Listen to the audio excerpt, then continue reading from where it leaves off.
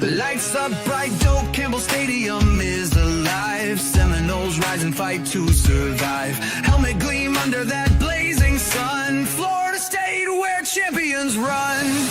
Seminole sideline 365. Feel the roar, we're coming alive. Garnet and gold in the battle we thrive. This is our house where legends arrive.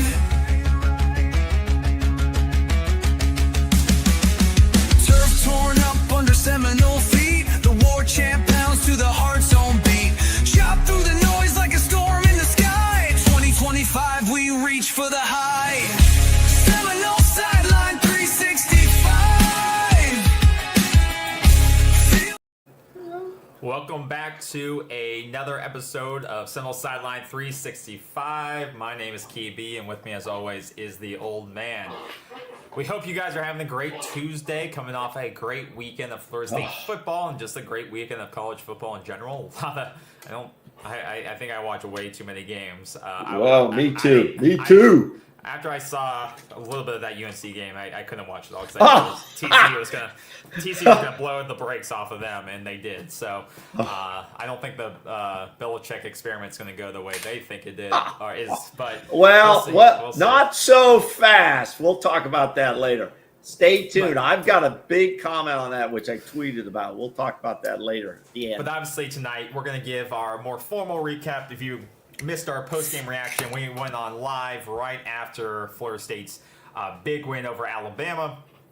So if you haven't seen that, check that out. It was a quick live reaction. Good. We just give our instant analysis. But this is where we can spend a little bit more time, go through some Can we say this, KB? Here we go. Can we say this? Sure. How many people on the FSU media airways predicted that we would win over Alabama? Who do you know? I don't watch the other sites. No, just me. You're just supposed to say you, old man. You did. I said that on the Can live. we get credit? Can we get credit where every major analyst in the country, including almost, I would say, all the FSU media people, was saying, "Oh, well, we'll give it to Alabama. We're going to go with Alabama." Yeah. I picked it. I picked it. And I picked it. Right? You did. Okay. No. So everybody out there should know that. Yeah. Okay. I picked it. I got it right. You did. I never said you didn't. So No, you didn't. No, you gave me full credit. But I'm just saying, think of everybody except for Lee Corso, the great one. Lee Corso, not so fast, my friend. Where's my pencil? I need a pencil. And myself. But other FSU media, I haven't seen anybody out there celebrating like I am. Okay, sorry to interrupt. There we go. But yeah, so we can dig a little bit deeper into the numbers, gives our thoughts on who stood out, maybe who we expected, who we didn't see, who we would like to see more of in the upcoming. Obviously, we'll probably do a quick preview show on Thursday of East Texas. Yes. I don't know. I always call them East Texas Community College. East Texas A&M. That's it. ETAM. Who did give SMU a little bit of trouble in the first half, but then SMU eventually blew them away. I won't give our secret. Yeah. Let's dive into it. Let's start with the offense.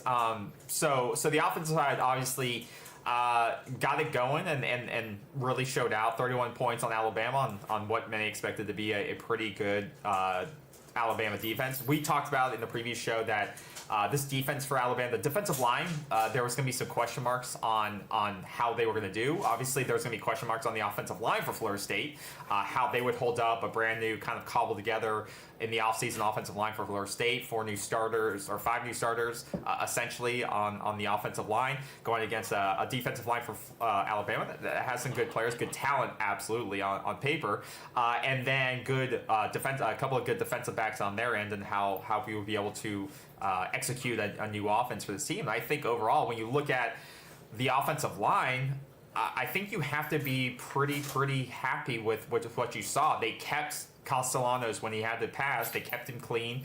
I don't think did they. I think he got sacked maybe one time in the game. Yeah, it was not noticeable. But to be fair, I don't even remember. I don't even remember. Maybe he did get sacked. We could dig that out, but I don't remember. It wasn't significant. One recorded sack on 8 dropbacks, which,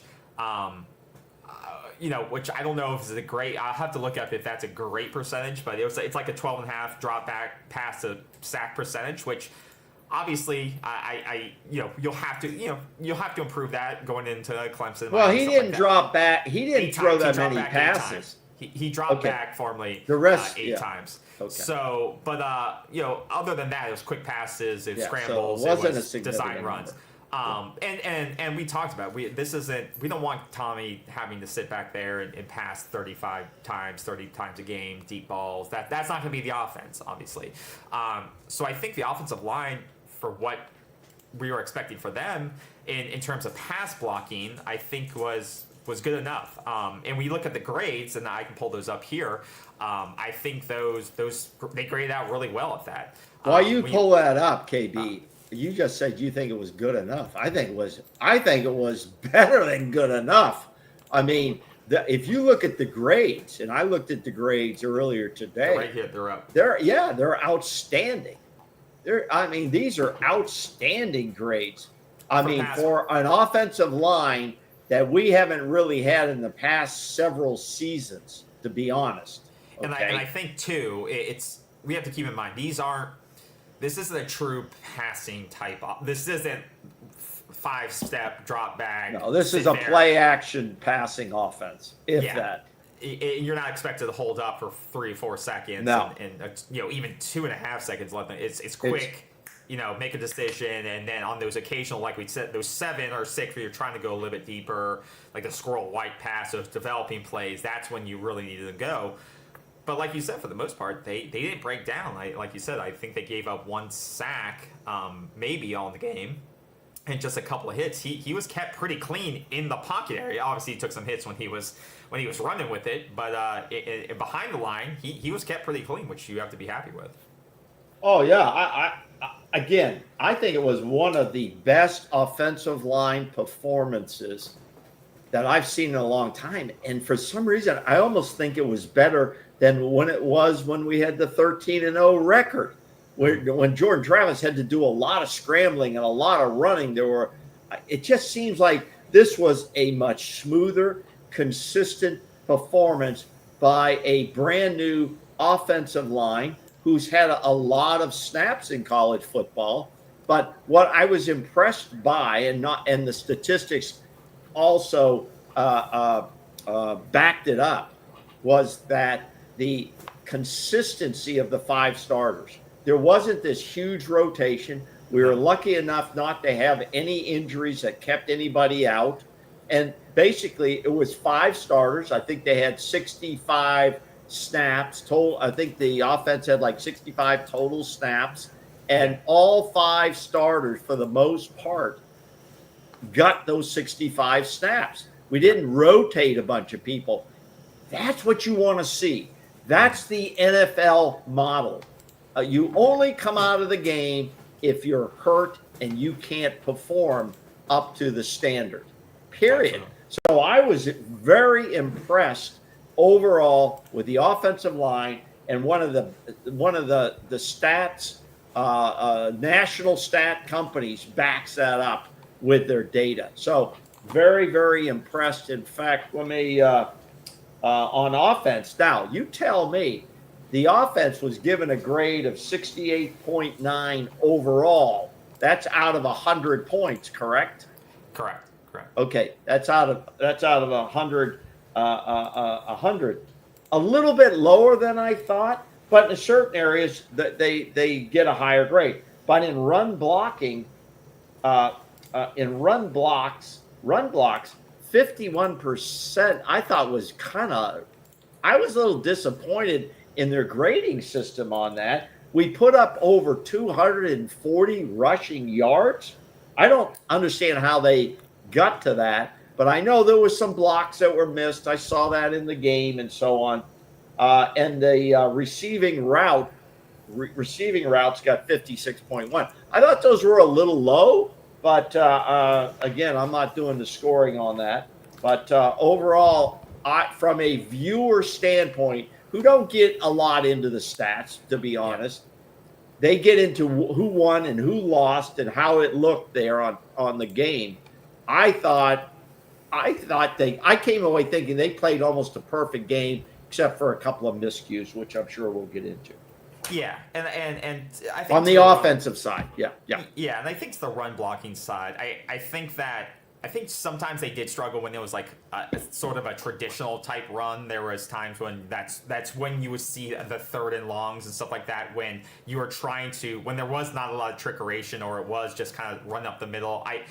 Not to say that you didn't see really good runs, standard runs, or more standard runs when it wasn't kind of a Micah Dancy, on the sideline, stuff like that. But I think there were times where it wasn't perfect. That would be one of my, to go with the grading. I don't think it was as bad as the grades say, but I would say that I would like to see better kind of overall pass blocking, because I don't think it was. I think if there was one area of improvement on the offense, it would be more consistency in blocking, because I do think there was up and downs. I think, like we talked about in that 3rd quarter, things looked a little hairy towards the end of that, and Alabama was getting that momentum because the offense a little bit did stall. Yeah, I think some of that was with the run game. So I think there is room for growth in can we get more consistent with some of the run blocking if they bring pressure, if they stack the box, because. I think once again, if you rewatch the game, there are going to be times when outside of the highlights, when things did a little bit, it wasn't perfect run blocking, and that's when you got into those 3rd and longs. That's when you didn't convert. That's when you had to punt. Not to say it was terrible, but that's, if we're looking for areas of improvement, I think it's going to be in those areas. And a lot of some of that blocking is on the receivers. I thought overall, when you look at the big plays, the big chunk plays, the receivers, they stepped up when those plays happened. You see the edges, sealing the edges. You see guys like Deuce Robinson and guys like that. They may have not made an impact with their hands, but they made an impact with the blocking downfield, and that's going to be critical for this offense the whole rest of the season, is those guys blocking around the edge and downfield, and I thought they did overall a great job with that, and that doesn't necessarily show up always in the stats. Well, yeah, I agree with you on all of that. I was... like I said, the theme here tonight is kind of what are the top 5 things we take away from that game, including backed up by stats, which we're not going to hammer people with stats, but we're going to bring out the ones that back up points one way or the other. The offensive line, like I just said, the consistency of the 5 starters staying in the game and playing every snap is a key. I mean, when is the last time that's happened? I don't remember anything like that. And it's important for this team. Now, let's be honest. This is one game. It was an exciting game. It was a big victory for this program and for this team. But we talked about how everybody staying on the field, the key people, is a key to this season. Yeah. And it's a long season, okay? It's a long season. And so the first one couldn't have been any better for this offensive line. Now, the second thing I took away from this game, KB, you asked me earlier in the day, was the rush yards. This is a typical Gus Malzahn rush game. It couldn't have been any better for Gus. The whole thing's set up perfectly. He's got a play-action quarterback that doesn't have an NFL arm. Let's be honest. He doesn't have an NFL arm. It's a play-action type of offense, heavy on the run. And Alabama was not able to handle the trenches. They weren't able to handle the run at all.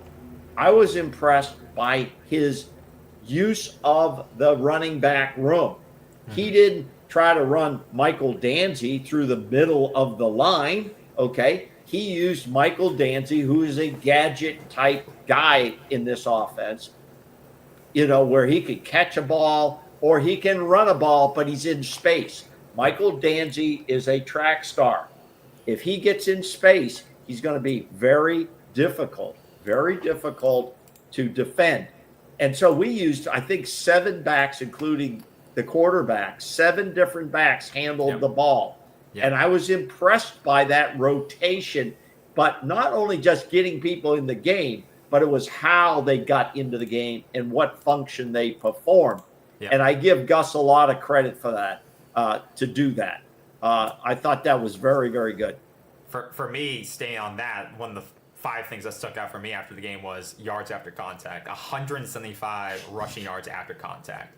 And that speaks to toughness, that speaks to development, that speaks to, you could say, kind of, things like willpower, stuff like that. But it speaks to the extra yardage. Those are the hidden yardage, the yards after contact, where you're not just getting tackled right at the spot of the ball. You're getting that extra 2, 3, 4 yards that adds up.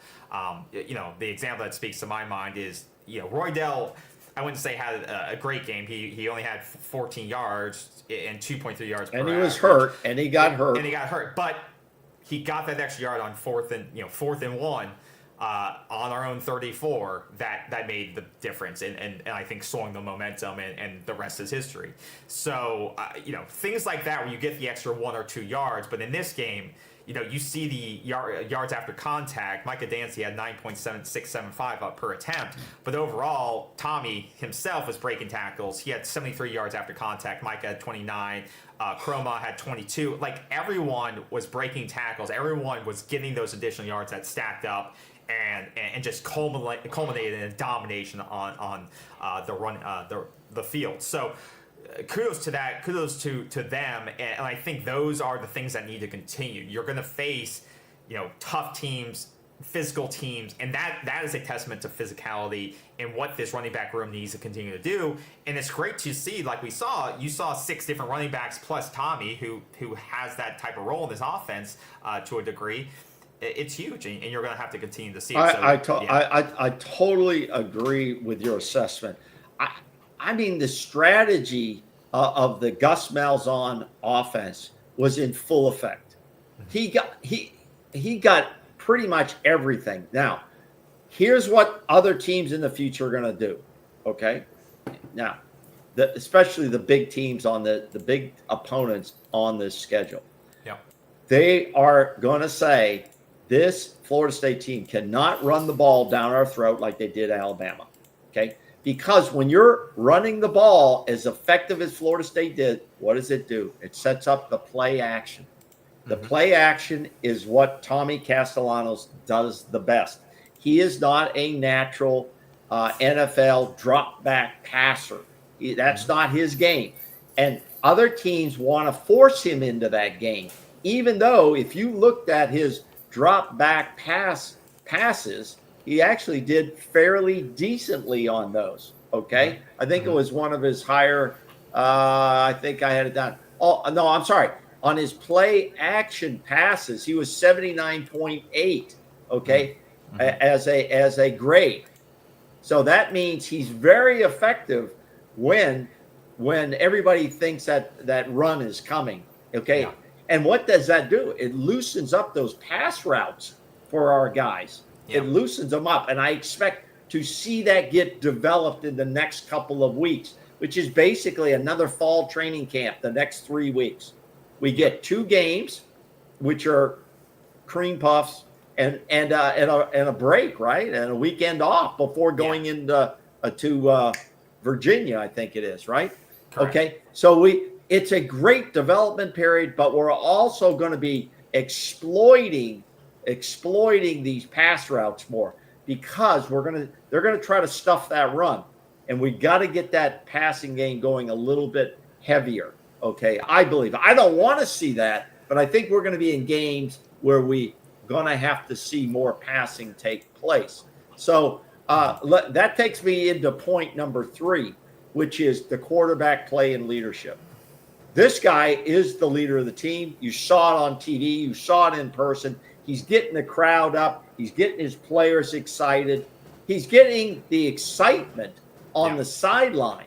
Yeah. And he's also calming people down. It's okay. Everything is not going to be perfect. Mistakes are going to be made. That's the game. That's the game of any sport. You're not going to be perfect. Make the next play.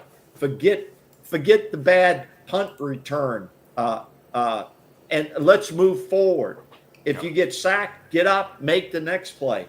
This guy, Tommy was getting the crowd up. He's not afraid. this is a very confident quarterback and a very confident leader on this football team. So he got very high marks by a very tough grading system. He got very high marks, and obviously his words that he spoke, he was able to back it up, much like Jameis Winston did, much like a vocal Jameis Winston. Jameis Winston was probably the most vocal quarterback ever to play on this football team. Yeah. Yeah. No, I agree with you. And I think, he did stand out in terms of just his leadership during the game. Like you said, you go down immediately 7-0, and that's when things start, that's when you're like, oh, here we go again. Like, defense can't stop Alabama. You get worried, and then you go down and you respond right away. Like, he was able to make that statement drive, and it kind of continued all the way through. And he gave faith to that team, like, let's go, and just kind of kept feeding the machine. And I think that was the right way. And when he needed to make a play, when he needed to get that extra yardage, he put it on himself to get it done, which I thought was great. And like you said, you get the muff punt. Don't worry, he took care of it. So I totally agree with you. And when you look at his passing, like you said, he didn't need to pass all night, right? That wasn't the game plan. He didn't need to do that. Which was perfect. We don't want Tommy forced into throwing the ball a lot. Yeah, okay, that's not to say he's got a bad arm. He just doesn't have a NFL caliber arm, and that's not his game. But the other teams are going to try to force him into that. But, just as you're pulling that up, I want to say this. Mm-hmm. This is leadership. The first 3 drives ended in points. First drive, 7 points. Second drive, 7 points. Third drive, 3 points. I mean, this is not something, especially from last season, that Florida State fans are used to. But that's backing up your words. And I don't expect him to go out every week telling we're going to, bad-mouthing the other opponents. I don't expect that, okay? No. But he's a confident guy, and it worked out perfectly. Yeah, and you see his passing distribution. But he threw a total of like 11 or 12 passes total, I believe. 14 passes total. And there was a good distribution between short, medium, one deep pass to Squirrel White, which was right on the money. You asked him to throw one deep pass, and he threw it right on the money. Let me say this. You're exactly right. Here's the advantage of having a Squirrel White. If nothing else, they have to respect him because he's a productive, proven college player. That Squirrel White, when he lines up, they have to assign basically 2 guys to him, okay? So that takes 2 guys on one right away because he can stretch the field and he can go by you. So they have to give him room. And Gus Malzahn knows that. Yeah. When you have guys, even like a Danzig, when Danzig is in the game, he can stretch the field even as a, quote, receiver. They have to respect that speed. And that opens up the rest of the field for even running plays. Yeah, and we're talking about, someone put this clip up that I just want to show. We were talking about the difference this season with having a quarterback that can make plays when you need them. This stuff like this is the things that you can't game plan for, and I think obviously what we were missing last year is the intangibles like this where. When you're tracking the speed across the field, he got up to, 14, 15 miles an hour, and he's able to, when a play does break down like this, when it, that he basically comes unchecked, unblocked off the edge, a blitzer from the linebacking core, he's able to extend that play, which they see on the broadcast. Like, that guy should have had him, but he didn't, and he turns it into it right around yardage. Yeah. And right here, he follows his blockers, and he gets up to 17 miles an hour. And, this is things that it's going to be hard for teams to game plan for, but it just brings the extra layer to this offense that they have to account for every week because they've seen this, and they've seen this done to elite defenders at Alabama. And I hate this argument that people say that all the ESPN commentators are like, is this just a bad Alabama team? Or yeah, I know. Really good Florida State team? I know. And when they say that, they didn't have an issue with showing that when you look at the talented team composition on 24/7, they didn't have all year stating that Alabama was the number 2 most talented team in college football. They didn't have an issue with that all offseason, but when Florida State beats them, now it's not true anymore. You're exactly right, KB. I've been listening to a lot of stations, Alabama stations, national stations, and it was always the same over the last couple of days.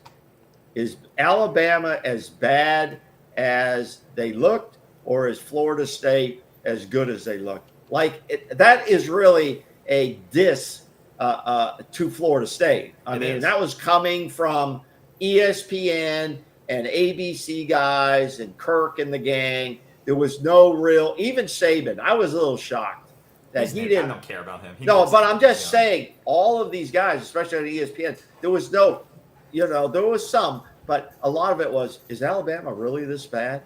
Is it really? Meaning that they got beat by some mediocre team. Well, let's see if they're really this bad. So I would take that. I would take that as motivation into my locker room this week at Florida State for practice and say, they don't respect you yet. Yeah. They don't respect you yet. You need to teach them respect, okay? And that is on you. So you turn that into motivation for your team is what you do. And the answer is no, they're not bad. They're just poorly prepared and poorly coached. They have 14, 5 stars on their team, 54 stars on their team. They're right behind Georgia in the amount of stacked talent on their team. And we, we talk about stars don't make you win, and we've seen that with past Florida State teams. Stars don't equal wins. Right. You have to develop them, you have to coach them, you have to prepare them.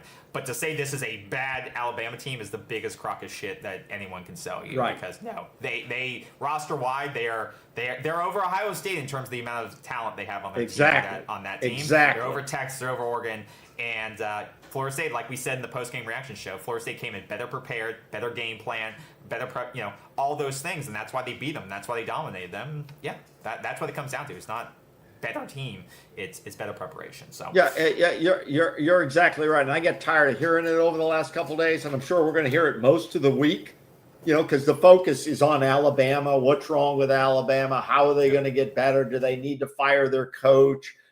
One guy was saying their players were loafing on the field. A couple of times I saw where it was true. I mean, guys were just going through it. I mean, it didn't look good. And the opposite was for Florida State. Florida State players were flying to the ball, as they say. They were flying to the football. They were trying to get as many players to the football as possible. And I was impressed by that level of energy, enthusiasm, and motivation to chase the football on defense. Okay. And that was from the secondary through the linebackers right down to the line. And when I'm talking about the line, I've got to talk about how well that defensive line held up. Okay. That was Darrell Jackson. Darrell Jackson had the game of his career against the biggest opponent in his career, with many NFL scouts sitting in the stands to see a number of players, including him. So Darrell Jackson was double teamed on a number of plays, and he still ripped through them to get to the running back or get to the quarterback and put a pressure up. It was incredible. It was incredible, the show that he actually put on Saturday afternoon. Lions, okay, he put on a good show. He has not been talked about well most of the fall camp, but Daniel Lyons actually had a very good game next to his partner in Darrell Jackson. Those two guys stood in there. And then there's a good, what I would call strategic use of other young players. Okay. I think it's Mandrell Desir, a true freshman. The twins, the Desir twins. He was on playing defensive end with quality snaps. All the snaps in this game were quality. He is a young and upcoming player whose confidence must be going through the roof right now. I was impressed on defense how many people Tony White got into the game and trusted young players who he's developing. Because as they say in coaching, KB, you're not only playing for this year, this season, you're also playing for 2026. Okay? Now, that used to be very true when you had players on your team for 4 or 5 years straight. All right? That has changed, obviously. Yeah. But you want to develop players, and we needed the rotation in a late summer game in a humid Tallahassee. You needed these players who could step up. So that defensive line, Blake Nicholson had a very steady, very consistent game. Very impressed with Blake in that game. And I think his confidence grew in this game. All the linebacking core couldn't have been better. Juice Cryer, Graham, and the rest of them who we're not mentioning. The defensive backs and secondary. I'm not going to name all the names. But Little, a former Alabama guy, he put some hits on people. Rawls had a great game. I was impressed, and I can be hard on this team, but I was over on pro. Are there things to clean up on offense and defense? Absolutely, and we've got to get better because we've got some big teams coming. Yeah, and I think, like you said, once you saw that Daryl Desir could basically hold up against Caden Proctor, I think that probably set the tone for the team there. When you see snaps like, when you saw a play like this happening where basically, I think Caden Proctor, like it says here, runs a 100-pound difference on him, and he's basically able to stand him up and push him back into the running lane. That had to build his confidence as a player that, once again, his preparation, his development as a freshman can prepare him to go against potentially a first-round pick in the NFL draft and push his ass back, and then show everyone else on this line, well, once we can do this, right? We can do this, and you saw throughout the game that they were doubling Daryl Jackson at times, but if you have a guy like that on the edge, a younger guy that's able to put pressure on the edge, that then says, okay, like, do we need to abandon this double? Do we need to put pressure on that? And that's why it's so important that guys like Desir and Linton and all these other guys on the line, that someone else steps up to take the pressure off the middle and bring pressure to the edges, so that they can't always double team Daryl Jackson. They can't double team, in the middle, because we need multiple pressure points on that line. And I think, like you said, they did a great job of doing that. When you look at the defensive grades, specifically for run blocking, and I know he only had specific snaps for that position in those sets. Blake Nicholson graded out as number 1 for run blocking. Yeah. And that doesn't surprise me. He really stood out. We said we needed him to stand out this season. And you look at him, he graded out as number 1 for run defensive snaps and run defensive plays. Yeah, and I think that's where he needed to improve. That's where I was looking for improvement. Could he stand up against the run? Could he be the guy? You don't have to blow people up every play being on an ESPN moment. But if you have a one-on-one tackle, you've got to take the guy down as a linebacker. And also, he's a great cover guy. This is a big year for Blake, and I'm happy to see it. See it. Yeah, he had 3 tackles, no missed tackles. He had a 42% stop rate. Yeah, he had an overall great game, especially in the run game. I was surprised to see the grade on Dante McCray. Yeah, but I mean, he had a great game. He had a stop. I think he had a sack in the game, but I thought he had overall a pretty good game for him. In limited, he played 24 snaps in the game. I thought, for his first game in this, he played overall. Like you said, it's hard because they are rotating a lot of guys. It's hard to keep up with who's on the field, who's not. But did you think the rotation was good strategically, the way they were using the players? I think they needed to see who could play well with who. I think some of it's learning. I think it's learning who's able to make an impact. Like Mandrell's a freshman. He only got, let's see, I don't know how many total snaps. He got 30 snaps. That's a lot. For a true freshman on the defensive line. And now, he didn't play a perfect game. I think, his tackling grade isn't perfect. But I think once they saw he could handle Caden Proctor a couple of times, it's like, okay, like, we have something here. Let's get him. And that's how you test guys. Test them against the best. You learn more about your guys against the better teams. They're not going to learn a lot about at East Texas A&M. This game coming up will be about working on things. It's not going to be about learning as much. Okay. And they all may also find that he may be better in run packages than he is pass rush. So they may determine, okay, let's just use Mandrell selectively or swap him in with somebody on pass rush because he seems to perform like we see more pressure rate when he's on rushing like we did on Saturday. So I think, like you said, it was more of an experiment with a lot of these new guys that you had, while sprinkling them in with the Blake Nicholsons, the Juice Cryers and stuff like that. So, but I think obviously overall it worked, but I think, like you said again, Earl Little was the overall star of the defense in all phases. He set the tone I'll be honest, Earl Little has really taken over the leadership of that defense when we thought maybe it would be Shaheem Brown, right? I didn't think Shaheem he only played like 5 snaps. Shaheem, if you look.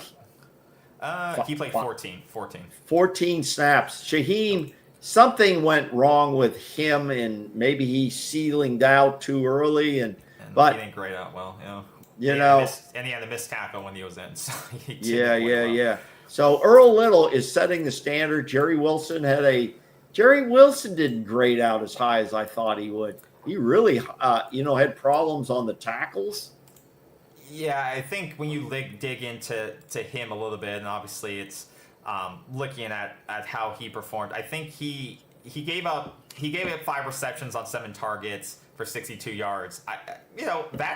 That's acceptable in my eyes. It wasn't perfect, but you only give up 62 yards. And let our viewers know, we're not saying that these grades are from Florida State. No. These are not the Florida State coaches' grades. This is from a national grading service that's well respected. So, don't take everything to heart. But it's pretty good. It's pretty good, credible information. But these aren't always perfect. These aren't perfect either. These are just someone's interpretation and their grading system. He had 2 missed tackles, which I think probably hurt him. Like the tackle rate's got to improve.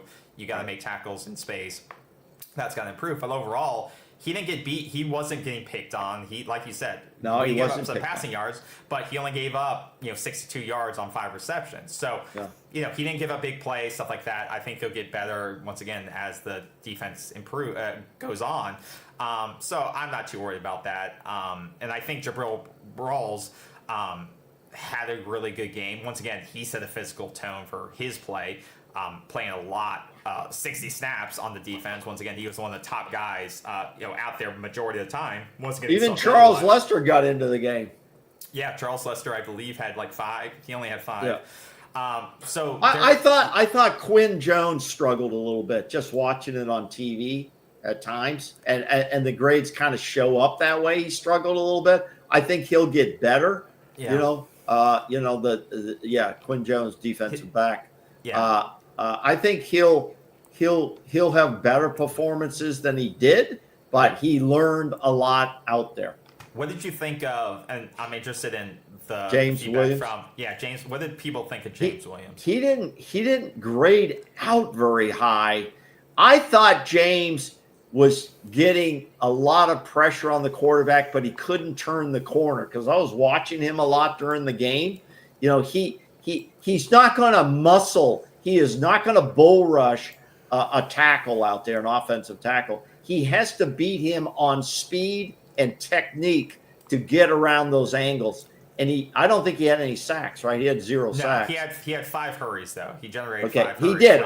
He was putting pressure. There's no doubt, but he couldn't quite get around the tackle there. I think you'll see his numbers improve a lot over the next 2 or 3 weeks. I would be shocked if they don't in terms of that. But he also was out there pressuring the run game too, which they want to see him improve on.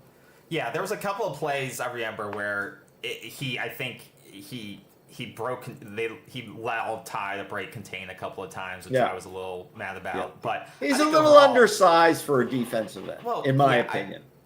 Yeah, but I think overall, I think the more that guys like Desir and the edge guys come, if we get a balance on the other edge, I think that's only going to enable him to do better. Just kind of like it was with Patrick Payton and stuff like that. And, but I think the Pfeiffer is good. But once again, I think he had a couple missed tackles, 3-4 missed tackles, as it says here. We gotta finish once you get the pressure. We gotta finish. Like, I think we had real opportunities in this game to put the game away faster and even blow the score up even more if we finish some of those pressures. And I think that's up to him to figure it out. Like, how do I get the quarterback down once I have him in my grasp? What do I need to do technique wise to get it done? And I do think there was real opportunities for this defense, and they're going to have to do them once we face, like I said, those top 4 teams. When you saw Miami, we got to be able to get the quarterback on the ground when we have the opportunity to, because if you don't, they're going to make you pay. Good teams will make you pay when you do not get them on the ground. And I was impressed now again from a viewer standpoint, and that's what we do from a viewer standpoint, and we back it up with some stats and stuff. From a viewer standpoint, the flow of the game was very positive for me. The flow of the game. We're able to take the ball the first 3 times and get points. Yeah. That tells your defense, okay? That tells your defense we'll score if you get off the field, all right? And it grows with confidence because the defense can take a break. I thought after the first drive by Alabama, they went right down and scored. I thought, oh, God, our defense we were on the field for like 8 minutes, okay? Yeah. And I said, that's going to be a problem. But the offense took the ball and also ate up time and was able to score. Big deal. I thought Tony White had a very good to excellent from a viewer standpoint debut for this game. He couldn't have had a better debut. His 3-3-5 defense was alive. It was active. It was aggressive. It was causing confusion for the young Alabama quarterback, Ty Simpson. Okay. Even though a lot of Alabama fans, and I've listened to them, said they thought Ty Simpson had a okay game, a decent game, that it wasn't because of him that they lost. Okay. That they're not calling for a change at quarterback. They're calling for some changes, but they weren't calling him out as a problem. All right. And so I think that the trench domination on both sides by Florida State, and now on the defensive line, they muscled the offensive line of Alabama out of there. And that's how you win games, in the trenches. So that was very good. Plus, Tony White really didn't have to blitz very much. If you go back and look at the game, his defensive line, 3 and 4 people rushing when he wanted to add someone down there, didn't require him to blitz a lot, okay? Which makes it great for your secondary. Yeah. I think that's very important. Yeah. Another point about this game is I don't think I can't remember. Did we have any takeovers on defense? Yeah. No interceptions, no fumble recoveries, and we on offense had no turnovers, correct? No, just on no turnovers. No. And we had minimal penalties. Correct. We were nearing perfection. I know there's things to work on, and we've got to get better, and including all the coaches are saying that. But to me, I like the flow of this game. I felt comfortable in the flow, except when we bobbled or the punt came down, and Jalen Lucas, he was indecisive, and it hit him. Now, supposedly, if you look at replays today, Alabama guy touched it first, but it is what it is. It is what it is. It was an indecisive thing for Lucas, and we're having problems with these punts. So we've got to really work on that. Yeah. A couple other guys I want to, those are good points, call out. I think I was impressed with how many guys were able to make plays, especially in the line and linebacking room. Like Stephon Thomas, he had a good rate of impact in terms of hurries and total pressure rate. You saw Davante Diggs, I believe, had a sack. which is impressive for the. I mean, he only had, I believe, like 9 snaps. Yeah, Jenkins was in the game pass too. Rushing. Yeah. Elijah Herring had a very good. He had a sack. He had a batted ball. He played really well. So you were able, like the pieces you brought in, and one of the biggest games of the year, were all able to make an impact. Like last year, it didn't feel like that. Last year, it felt like you brought a lot of guys in who didn't do shit all year.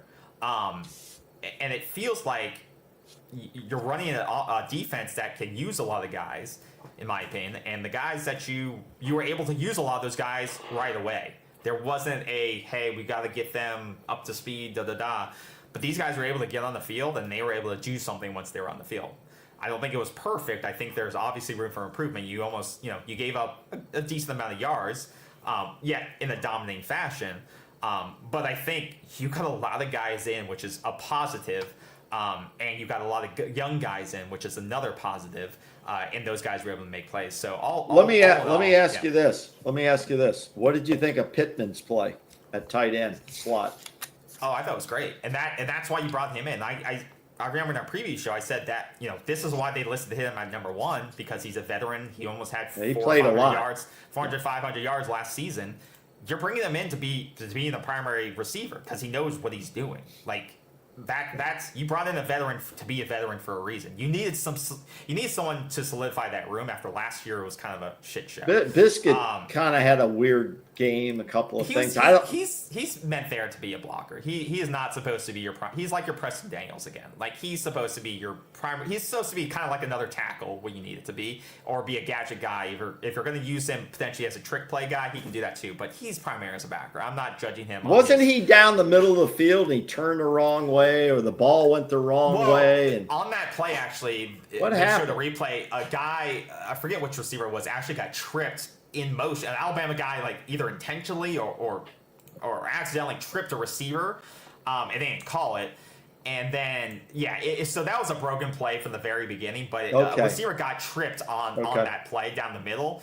And so, I know everybody was kind of throwing up their hands, and Biscuit was, and then he talked to Castellanos when they came over to the sidelines. Or So it was a broke down in the first game. But it's funny to see Biscuit that far down the damn field, in the middle of the field. He was standing wide open too.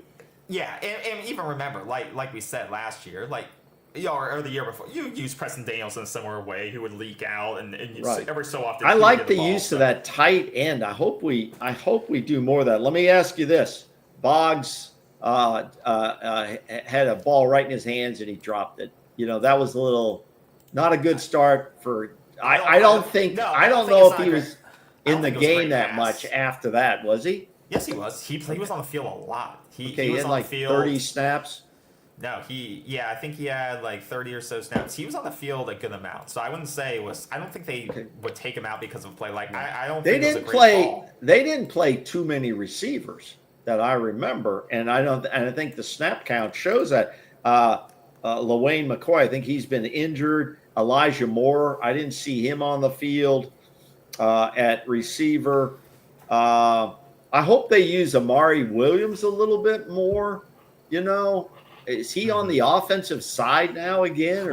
That's two things that we have to talk about. Is overall, Amari and Landon Thomas only had to combine 10 snaps together. Yeah, which I think is very weird. Those guys got good hands. Yeah, those guys got good hands, and those are your two primary guys. But Gus may not think they're heavy enough bodies for the blocking. Rush game. Like Biscuit is and Pittman is. So maybe their blocking is not up to what he needs. But if he needs passing tight ends, then they'll be in the game a little bit more. Gus is going to figure that out. Yeah, right? I think they're going to put a emphasis on run blocking and pass blocking in the offense, obviously. And if you can't do that, then you're not going to be on the field necessarily. Because Randy Pittman got a great grade in his pass blocking. His run blocking wasn't as great, but he's a big physical guy too, and he's got really good route. He's got decent, good route running and good hands. I think, and he was on the field. 62 snaps, so he literally really didn't leave the field. Well, I expect he'll be on a lot because he's one of Gus's guys, right? Yeah, and he knows what the hell he's doing. he's consistent in what he does, and like you said, Malzahn knows him, and I think that's smart. I think Randy should be on the field. I hope to see the ball go in his direction a little bit more. I want to see what he can do with that because I think he's going to be a factor. Yeah, I don't think he's not as elusive. I don't think as like Atlanta Thomas could be, but I think what you're getting once he's on the field. Like right. In terms of blocking, you know what you're getting with him, and that's a good thing to have. And you talked about Marquiston. He was on the field a lot. 37 snaps. 37 snaps. His pass blocking grade was pretty good. Run blocking could get better. He did have a penalty. I don't think it was accepted, but he once again, he's on there for blocking. That's it. Yeah, exactly. And primarily run blocking. He was on there for 30 of his 37 snaps were run blocking plays. Right. That he's acting as basically a left tackle. No, he is. That's basically what he's on there for. So I wouldn't even consider him a tight end. And in fact, one of the stat sheets I read, I think he or Pittman were listed as a left tackle, and I said, "What?" And I would like to look at the official roster again for Florida State because maybe he has switched because he did look a lot. He looked bigger to me. He looked. I think what they do is they bring in almost another left tackle. Like who was it? Estes, who before he left the program. Remember, he was going to be tight end, and they were basically going to use an extra, a sixth lineman on the line, basically, that could float out and catch a pass if necessary, almost like a gadget play. And that's become Biscuit's role, which is fine, which is good. I think that's really good. Yeah, that's really good. Yeah. So, I mean, overall, like you said, I think, and that JVM box, I think we should continue to see him. I don't hold that against him, and I think once again, I don't think it was a fan. I think the ball was behind him. Like even the commentators are saying, I think he had beat this guy. You gotta put that in front of him. But he was in the right position. The defense. I think the DB made a great play on that. Actually, stripped that away from him. No, you're exactly right. He went up, and the DB had his hands in between. Yeah, and so the DB did disrupt that. So I mean, that's really I'm being a little hard on him when I shouldn't be. He'll be fine. He'll be fine. When I saw keep throwing the ball. He had good body control. He went up high, pointed it. That's the things you want to see. I think he'll get there. I think he'll get there. All right. I got a couple of things. Last thing I want to bring up. Yeah, last thing I want to bring up. We're talking about the offensive players again. Everyone's. Chroma, I think, is going to be with Roydell's out, obviously, as people have heard. Which. I'm, obviously I don't want Roydell to be out. I think he's a fantastic blocker. Honestly, I think he's one of the best running back blockers we have in terms of pass protection or even on running plays. If you have him out as a blocker, I think he's probably one of the best on the team because he's physical as hell. And you saw that once again on the field. He wasn't. I just don't think he's. No, he's not as dynamic as a running back that we have in our stable right now. So as a primary running back, I don't think he's the best we have on the roster. I think you'll miss his physicality in blocking, in those types of plays, and even on 4th and 1, stuff like that. So I think Chroma is going to have the opportunity to be number 1. Him and Sawchuk, I think, are going to be 1 and 2. Where's Cam Davis in this mix? I think he's buried. I think the top talent's risen up, and that's no diss to Cam. I think Cam's probably is a talented guy. He's shown some. He got chances last year, but I think you've gotten two talented guys that have kind of beat him out right now, and that's not to say that order doesn't change. Things happen. Guys make mistakes. I assume we'll see Cam Davis these next 2 weekends. Over the next 3 weeks. These next 2 games, but I think he's just buried. Well, I read a report. You have too many weapons. I read a report. He's going to be listed on the 2 deep chart. They list a couple different running back groups. So like the top 4, and perhaps you could see him on kickoffs, which would be interesting. As long as he's not catching the ball in the air, if he can pick it off the ground, he could be a beast. I'm not sure he's that fast. I'd rather see Danzig back there because Danzig can hit a crease and be gone. I wouldn't mind seeing that. More. I don't know if I love Cam Davis back there because I don't.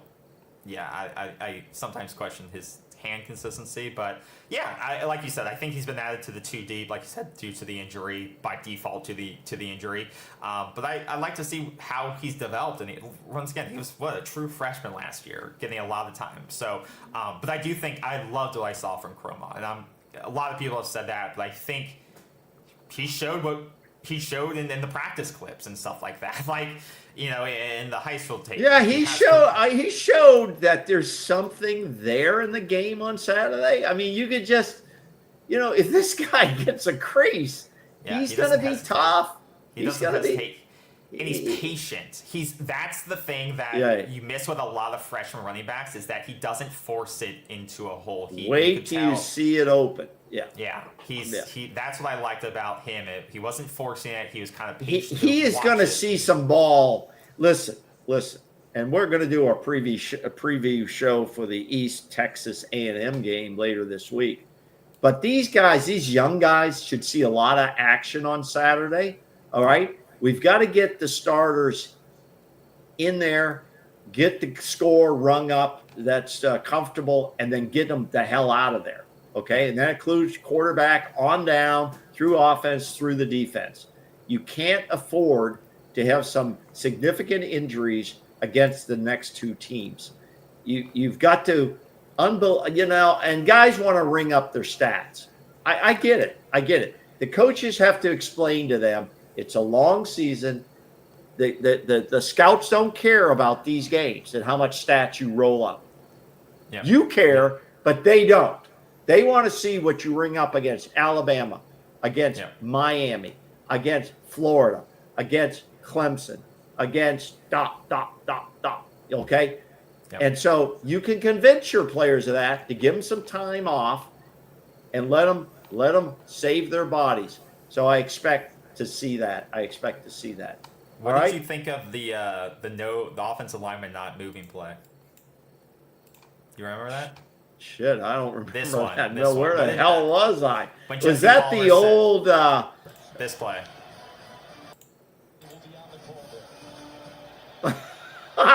That reminds me of the Marines.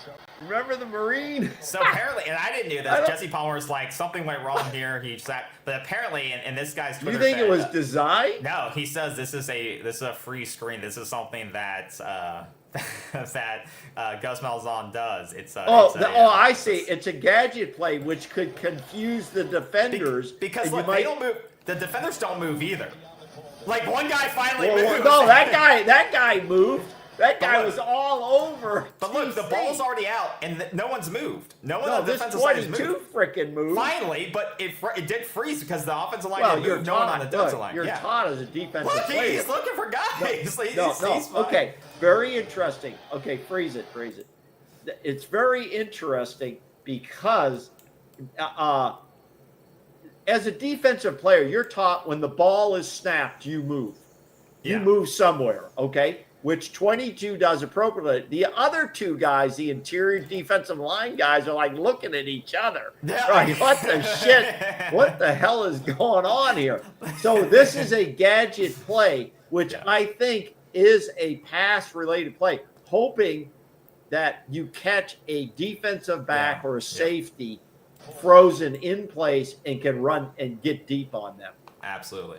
Very interesting. The other one he called out was this play, if you remember. Or what you could do on that, KB, is because your offensive linemen are frozen and you're letting people come through, is to run a little screen behind those guys rushing.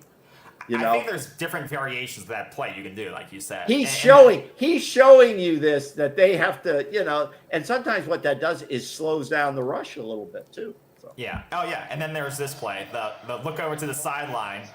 Fake out, and then snap it quick. That's Gus. That's Gus. And then this is the drop. Yeah. But, I think you're trying to trick the defensive secondary. Yeah. You're trying to hold them off tempo and just keep them guessing when you're going to do it. And they were confused. They were confused. Play that back. You'll see that defensive back. He looks over. Watch him look over. Turn his head real quick. Wait. Yeah. Run. Now watch when it's look. He's looking over Yeah. from the coaches to see what's going. What? Yeah. And you can see Tommy. He slaps his hands to let the center. Yeah. Like what this guy. See, And he's caught this guy's off. He's still looking over at the Yeah, sideline. he's still looking. So that's what these gadget plays are designed to do. And the receivers already run past him. And they're already Boggs is- gone. John So it Boggs has gives already you run that past him. half step. And what is Yeah. football? Football is a game of inches. It's a game of a half a step.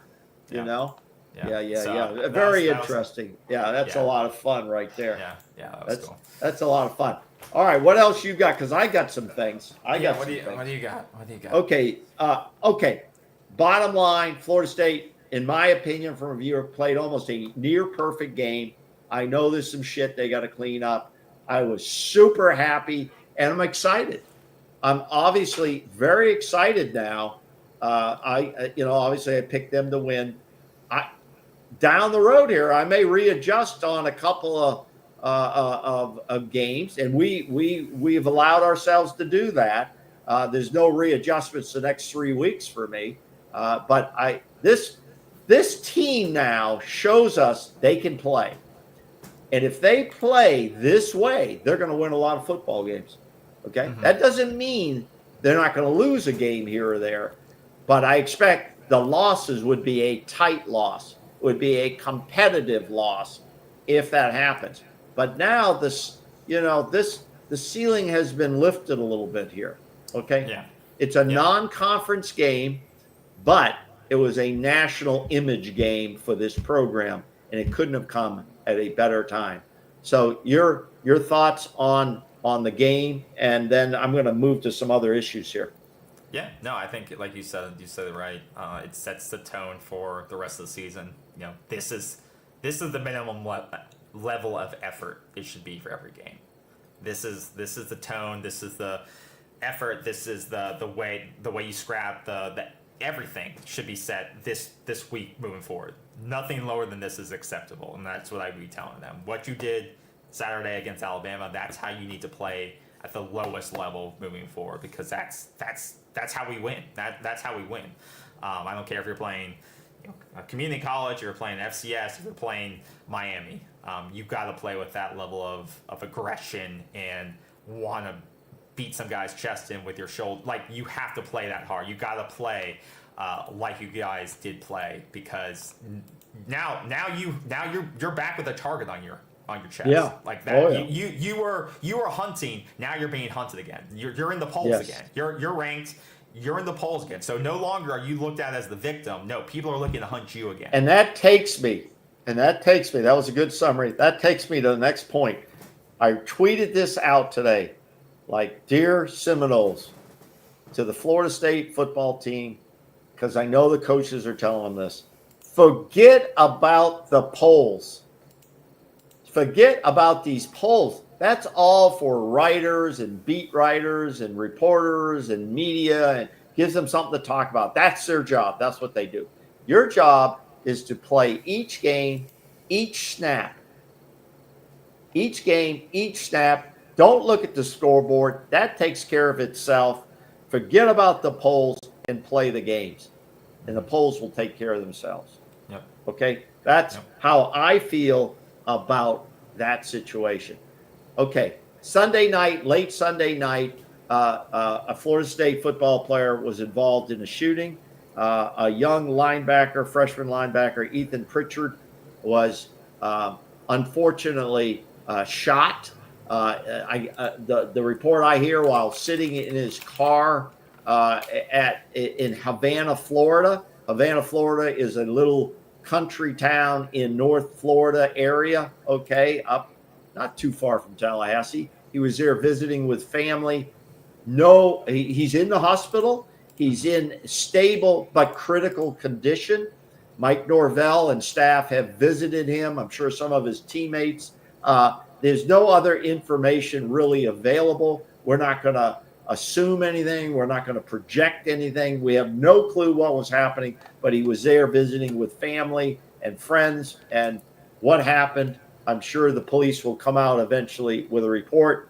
I know, like you do, we wish him the very best. He's going to have a journey now this is where adversity comes into his life, which we all have adversity. And I'm sure he will respond. The entire FSU family, staff, athletic trainers, everybody will surround him and help him along this journey. But right now, one day at a time, we need to get him out of that hospital. And I hope that happens very soon. Yeah, praying for the best for him. 100%. 100%. Okay. $50,000 fine for rushing the field. The fans at the end of the game, super excited, jumped over the wall. Hopefully there were no broken ankles or legs, but they're all young, so you don't see old goobers like me jumping over the fence. No. They came over, they rushed the field.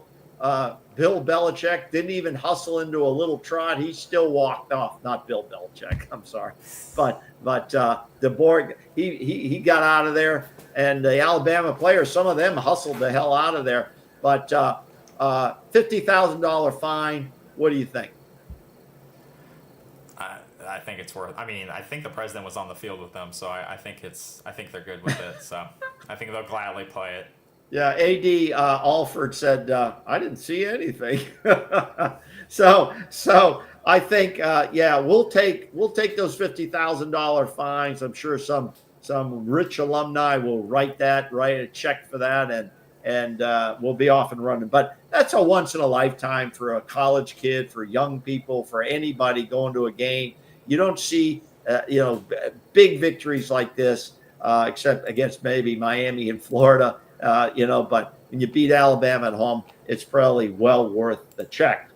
That takes me to the Monday night game, which was UNC versus TCU. Now, I knew going into this game, I thought it'd be very interesting, but I knew TCU is not East Texas A&M, okay? TCU under Coach Sonny Dykes, who's been there a long time. This guy has a dynamic offense all the time, and I knew they'd have a pretty good show, and they did. They came into Chapel Hill, and Bill Belichick, 6 Super Bowls, brings out the Tar Heels and gets his ass whacked. What do you think? What do you think was going on in this game, KB? I mean, I hope the 20 NFL scouts there weren't there to watch anyone on UNC. No, they said about 2 players on UNC, maybe. Well, yeah, I hope they were there to see TCU's quarterback and some players on that team. I liked him, Hoover. I mean, he could have easily went somewhere else if he wanted to. But, if anyone bought the UNC hype before, then they got swindled because, I mean, that team's not going to be very good. Okay, not so fast, my friend. Now, I said it at the beginning of the show. I was going to contest you on that, and you led me right into it. So I'll stop you for a minute. Have you looked at their schedule?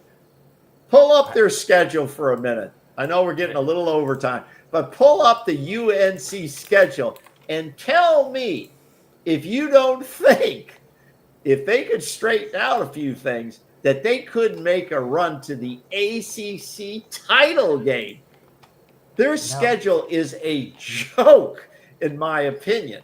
But I also looked at it, I said, hell, with a little bit of luck here, and they straighten out a couple of things, they could make a run at the ACC title game in Charlotte, which would be sick. It would be absolutely sick. But if you look at their conference game schedule, it's crazy. Can you pull it up? Yeah, let me take a look. And while you're pulling it up, they've got Cal on there. They've got Stanford on there. They've got Wake Forest on there. I think they play Clemson, okay? But that's like it. Charlotte, look, now tell me the games on conference. Loss. They could be like one loss. Okay. Loss. Oh, well, Virginia? We don't know anything about Virginia. So Syracuse is a loss. Clemson is a loss. I don't know. Duke is a loss. No, but go with my theory. They have 4 losses. They're not going to beat Clemson. They have 4 losses. Duke is a lot better than them. North Carolina State is better than them. Syracuse is better than them. So, well, then you're saying Belichick's not even going to win 6 games, basically. I think there's a very good chance he only wins 1, 2. This is a loss. 1, 2. Oh no, UCF is that's 50-50. So 1, 2, 3.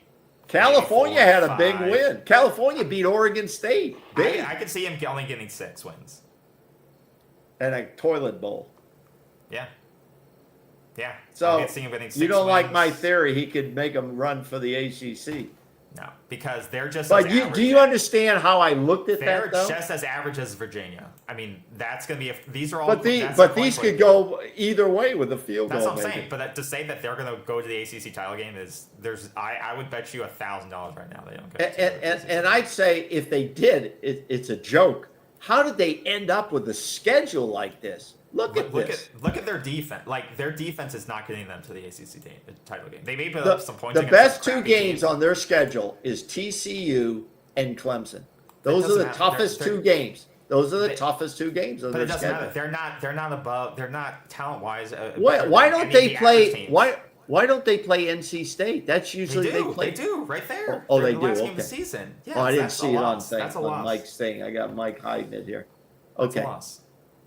Yeah. Interesting though. They're going to lose the last 2 games, probably, to be sure. So I thought Bill Belichick, really, his energy looked horrible. His enthusiasm. I know that's him. I get it. People can say, well, that's how he is. I get it. He is like a lackluster, non-enthusiastic. In fact, the Alabama fans were yelling and screaming about DeBoer, his demeanor on the sidelines, that he's like Todd Bowles of the Tampa Bay, just stands there like this. At least have some enthusiasm. And so the fans really are on DeBoer. But Bill Belichick was worse. He was like, I couldn't tell if he wanted to be there. He didn't want to be there. He can't even break into a little jog coming out of the tunnel. I mean, did you see what I saw, or am I being too hard? No. I mean, you know me. I'm the same age. I'm the same age as Bill Belichick, and you don't think I'd be enthusiastic coming out of that place? You don't think I'd be excited on that? He's also probably working 60 hours a week. I mean, Hey, that's his problem. He's getting what, $10 million or more? Yeah, but you replace 74-year-old Mac Brown with 73-year-old Bill Belichick. But I'm enthusiastic and I don't make shit. All I ask for people is to subscribe, hit the comment, do a thumbs up. That's all I work for. And I have more enthusiasm than Bill Belichick. You know who they should have hired? They should have hired, or Florida State maybe should hire this guy. Right? Have you seen this guy? This guy is. Let me pull him up real quick. You want to talk about energy? Yeah, I want to see. This guy is. Oh, this guy. Well, he's sitting with Alabama family members. Yeah, he's a Florida State guy. Yes, sir! Let's go! Go state! What are we doing? Why are we doing that? Go! Go back to Tuscaloosa! Oh, man. They need this energy. That's energy. Yeah, that's a good one, man. Let's go! Sometimes I wish Mike Norvell had this energy. No, but Mike has a lot more energy than but Bill Belichick looked like he was dead. He really looked like a dead man in a walking body. He wasn't even inactive with his. You know how when the team comes over on a timeout, I didn't even see him go into those huddles and say, "What the hell is going on?" Because he has no motivation to take that job. Like he has nothing to work for. Like you have to ask, like, why did he take the job? Like he has nothing to prove. He has nothing to work for. He has nothing tied to UNC other than to give you his have sons to jobs. fake it at least. So he's there. He's there to jobs. get his son a job. What does his son coach? The defense or the offense? Apparently not, because they didn't play any defense last night. So, well, so I don't know what he coaches. Here's what I learned too. Whether they like it or not, Max Johnson is their quarterback. Should be the quarterback the rest of the way. And it's not what he did against the second teamers. Max Johnson is the veteran, and he's going to win more games than who is it? Lopez. But Gio could still be good. So, and I don't want to spend much time on this, But Yeah, I'm we just spent way saying, too much time on this. Belichick, like Dagby says, he's acting like it's the NFL. It's a calculated business trip. Hey, and let me do a shout out before we get off the air. I want to shout out to our loyal visitors and viewers that come in here. T. Murray, Henry Wiggins, of course. Henry called the win as well as I did. Way to go, Henry. Christopher, Will McMillan, Mike Merrick, of course, and a Dagby. We enjoy you guys stopping by and sharing a smile with us. You're always our loyal viewers, so we appreciate that. If you haven't hit that subscribe, please do that for us. We're on our way to 1,000, and we're grinding it out. We're like the Knowles. We grind it out. We're not like some other places where maybe they do other stuff. We try to grind it out, so if you can help us there, we appreciate it. But KB, that's all I got, and it's been a wild, long week, and I did watch a lot of ball, and there's nothing better than college football. And this week, NFL starts. They have an NFL game in Brazil. So as a Dagby says, you talk about business trip, Brazil. Yeah. A couple final things I want to touch on, then we'll wrap it up here. Luke Pettibon, I believe, was part of the ACC Players of the Week. So congrats to him on that honor. Well deserved. He absolutely was one of the top guys who played this past weekend. So offensive lineman of the week, ACC. So congrats to him. And of course, congrats to the entire offensive line for what they did this past weekend. But this is why you brought him in. This is the reason you brought guys like him in. For what he did at Wake Forest and the rest of the guys, but this is what you pay for, essentially. So we needed that.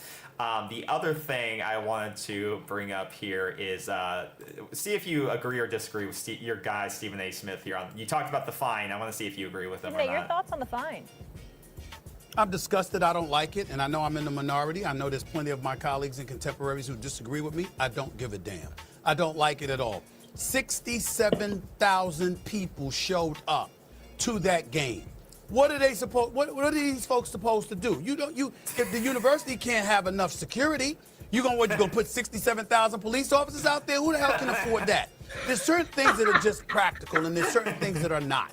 You certainly can't help certain things. And the students don't give a damn because the institution has to pay the fine, but the students don't have to pay the fine. I'm hearing here the money collected goes to a postgraduate scholarship fund to help ACC athletes further their educations. I know it's the first time in history that this happened with an ACC school. They're following the model of the SEC, who would give a $100,000 fine for first-time offenses, and then it would go up from there.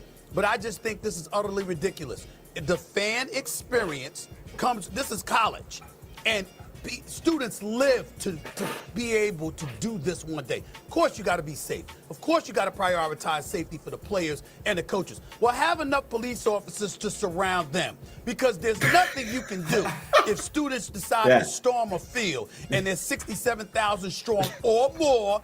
There's not enough law enforcement officials in the world to. It's true. You know what? I agree with him. I like Stephen A. Smith. I like Charles Barkley. I like guys who speak their opinions. Okay, I really, really do. Except for Mr. Feinbaum here and Jeffrey Hill. We appreciate you giving us a little coffee money tip here. Appreciate that. Appreciate that, Jeffrey Hill. Appreciate that, man. Yeah, we appreciate that so much. Thank you. And that's a great picture of Feinbaum.